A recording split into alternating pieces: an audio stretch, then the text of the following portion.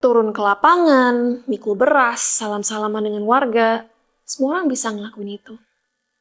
Tapi nggak semua orang punya otoritas untuk bikin kebijakan publik yang bisa menghentikan kerusakan. Aktris Cinta Laura mendesak para pemegang kekuasaan untuk membuat kebijakan nyata yang berpihak pada keselamatan rakyat dan kelestarian lingkungan.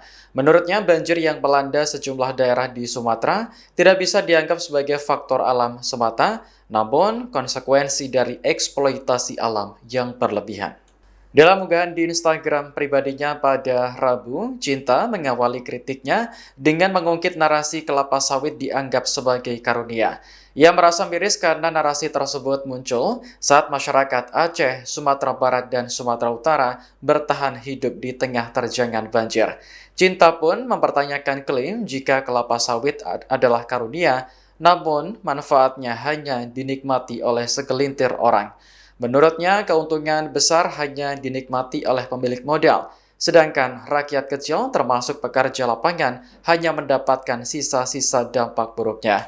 Cinta lantas menyinggung aksi pejabat yang turun ke lokasi bencana dan bersalaman dengan warga hingga ikut memanggul beras. Menurutnya, aksi tersebut bisa dilakukan oleh siapa saja. Cinta menekankan yang terpenting adalah bagaimana cara menghentikan kerusakan alam. Apa mereka yang hidup jauh dari realita rakyat udah terlalu lama nggak ngerasain tanah dan udara yang jadi kenyataan sehari-hari bagi kita ya? Sampai-sampai saat rakyat tenggelam yang keluar bukan empati, tapi kalimat manis tentang karunia sawit. Kalau komoditas seperti sawit dianggap karunia, kenapa yang nikmatin hanya segelintir? Siapa yang sebenarnya menang saat hutan hilang, sistem air rusak, bumi panas, dan banjir makin besar? Pemilik modal tentu dapat margin, middleman dapat insentif. Tapi gimana dengan pekerja lapangan dan rakyat kecil lainnya?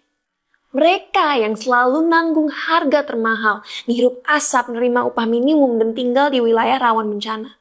Mereka nggak punya pilihan untuk kabur ke tempat lain, nggak punya rumah kedua, nggak punya paspor, nggak punya privilege untuk nunggu sampai aman. Dan tahu nggak, banjir di Sumatera ngasilin kerugian ekonomi 68,67 triliun, hampir 0,3% dari GDP Indonesia. Di Aceh aja, kerugiannya udah sampai 2,04 triliun, 30 kali lipat lebih besar daripada pendapatan tahunan dari sawit dan tambang yang nilainya 68 miliar. And guess what? Walaupun Sumatera penuh sawit dan tambang, rakyat nggak pernah benar-benar ngerasain manfaatnya. Di Sumatera Selatan sendiri masih ada 524 desa tanpa listrik, 605 desa tanpa sinyal telepon, 136 desa tanpa toilet layak, dan 107 desa dengan kasus malnutrisi. Pendidikan pun tertinggal. Partisipasi kuliah hanya 26%, salah satu yang terendah di Indonesia.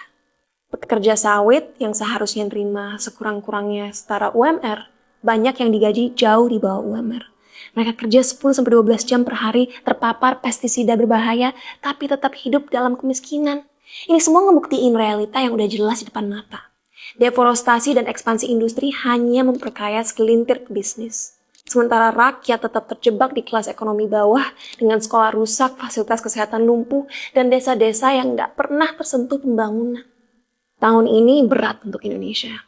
Banjir, longsor, karhutla, polusi, demo yang pecah di banyak kota, dari Sumatera sampai Kalimantan, dari Jawa sampai Papua. Tahun yang menguji bukan hanya kekuatan fisik kita, tapi juga moral kita sebagai bangsa. Turun ke lapangan, mikul beras, salam-salaman dengan warga, semua orang bisa ngelakuin itu. Tapi nggak semua orang punya otoritas untuk bikin kebijakan publik yang bisa menghentikan kerusakan ini. Hanya yang berkuasa yang bisa. Dan mereka belum ngelakuin hal krusial ini. Banjir ini bukan kutukan langit. Ini hasil dari pilihan manusia. Hutan yang ditebang, tanah yang dikeruk, air yang dicemari. Dan kalau kita benar-benar pengen ngelindungin rakyat kita, bukan hanya menolong setelah bencana, tapi mencegah bencana datang lagi, kita harus dengerin mereka yang sejak dulu tahu caranya. Masyarakat adat udah sejak lama punya jalan keluar atas krisis lingkungan yang terjadi di Indonesia. Dengan kearifan lokal mereka, hutan tetap hidup, air tetap mengalir, dan tanah tetap subur. Mereka nggak buktiin bahwa solusi ada di depan mata. Hanya perlu diakui dan didukung. Tapi aturan adat mereka justru sering dibenturin. Download Tribun X sekarang. Menghadirkan lokal menjadi Indonesia.